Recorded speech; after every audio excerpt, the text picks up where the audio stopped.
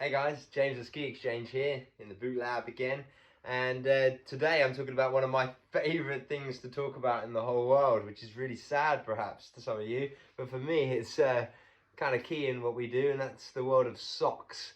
I'm going to give you a quick run through on the world of socks and a few highlights and things to look out for when you're looking for a decent sock, but also the importance of socks inside of a ski boot. So in the ski boot, in particular a ski boot, you know, a narrow boot in the world of alpine is kind of 98mm. That's what we call a low volume last boot. Pretty much most of them are around 98mm. Now there are some race boots that go 96, 92, etc. In the world of alpine ski boots, low volume 98mm, mid volume 100, 101mm, and big volume 102 to 104mm on the high volume. So your difference between a low volume and a high volume in terms of millimeter width on a size 26, okay, that's what we base it on. So when we say it's 98mm wide, it's not all the way, you know, a size 30 is not 98mm wide. It obviously goes up relatively. But on a size 26, MP26 is what we're talking about here.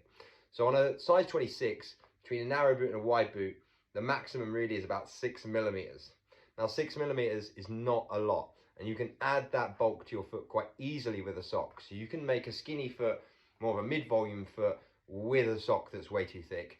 And on the other side of things, it can obviously help. You've got a wider foot, use a thinner sock, get into a boot a little bit easier as well. So sock is a really important part of a boot fit. You know, using a thinner sock if you need to, a thicker sock if you need to, something in the middle. Maybe you'll wear a thinner sock when you're skiing with your family, a bit more space, a bit more comfort in your boot when you're going slowly, slightly more padded sock, and it's a bit tighter and holds onto you when you're skiing on your own. Perhaps that's one of the reasons you change your socks. There are so many reasons. But what you should really think about with socks is volume, okay? So to give you a very, very quick example, this is the same size sock, okay, 42 to 44, and this is a Teco light cushion sock, okay? This is a Falke SK2, non-energized, so the non-compressed version. Now, in both my hands here, you can see same size sock, same type of sock, looks very similar on the wall, but which one is taking up more volume?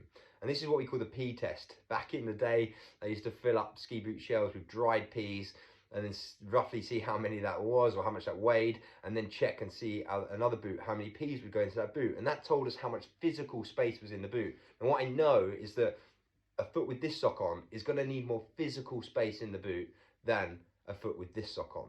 So sock volume is really important. And if you're wondering, all these sock schemes quite similar, which one's thicker, which one's thinner, which one's going to take up more space, really simple test. Grab it in your hand and see which one fills up the hand more. Okay, so that's a really easy one to check volume. And then the real key things you want to be looking out for socks is the features, okay? Now you can pay anything from a couple of quid for a pair of ski socks up to 50, 60, 70 cashmere socks into the hundreds, etc. Now I would say the general kind of thought process on that for most of us within the ski world is that about 30 to 40 pounds is going to get you a really, really good ski sock, okay? Now I'm sure someone could argue why spending a bit more would be better, but in my world I've manufactured, designed a number of socks over the years. 30 to 40 pounds should get you a really, really good sock. And these are some features you should look out for. I've got a couple of socks from Win here. I've got a load of different socks from Falke here. So I'm just going to talk through some of these and some of the features that you should get. So we start with a nice thick one, okay? So if you keep skiing 1 week a year, you've got comfy boots, there's a bit of space in there, or you're renting boots and you know they're going to be quite voluminous, then something like SK2 wool from Falke, it's nice and warm, it's quite thick, padded, but it's not horrendous, okay? It's shaped, it's got a nice fitting heel gore, it's got asymmetric toe box, etc.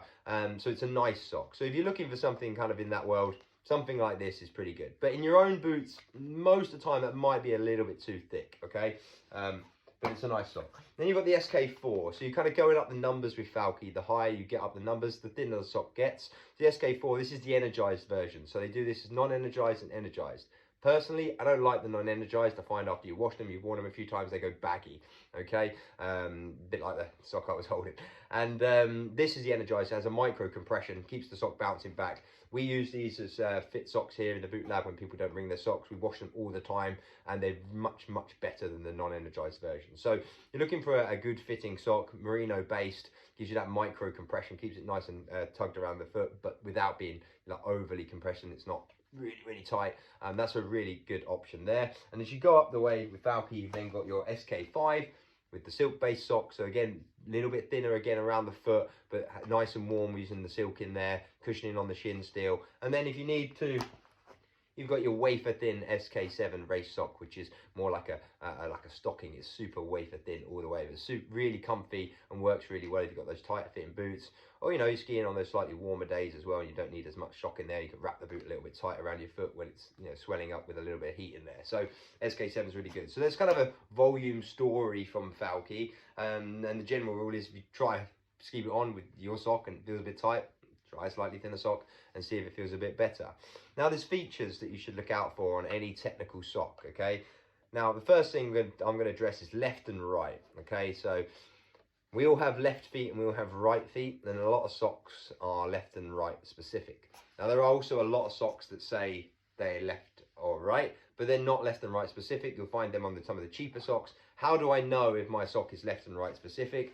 Well, when you put it on your foot, it should look a bit like this one. So it should look so that the toe seam goes across the toes equally, so you don't end up with what I call little toe hanging out of the side, and which you get on a non-asymmetric toe box sock. So on ones like the Win socks here, so UYM pronounced Win, an Italian brand, really lovely socks, they make brilliant socks. And on this one, you've got that asymmetric toe box, and exactly the same as you have with the Vauxy here. You can see that asymmetric toe box. It's actually shaped. It's not just a standard round toe box. It's physically shaped to left and right specific. So that's really important. And then the next big thing for me is what I call the heel gore. Okay, and it's a kind of technical term in sock manufacturing, but it's this articulation in the heel. Now, on cheaper socks, you will have just a single stitch line there. And what that doesn't allow is for the sock to articulate forwards, which in skiing is really important. So what I always suggest that your ski sock should have is a minimum of a Y heel gore, okay?